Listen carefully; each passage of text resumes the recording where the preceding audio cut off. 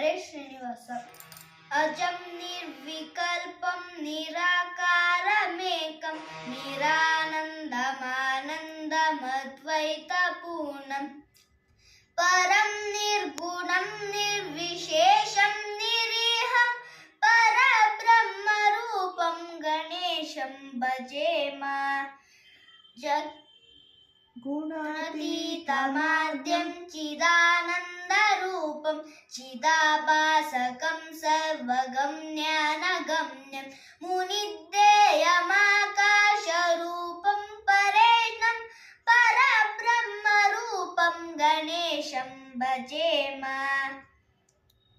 जगत्कारणं कारज्ञानरूपं सुरादिं सुखादिं गुणेशं गणेशं जगद्व्यापिनं विश्ववन्द्यं सुरेशं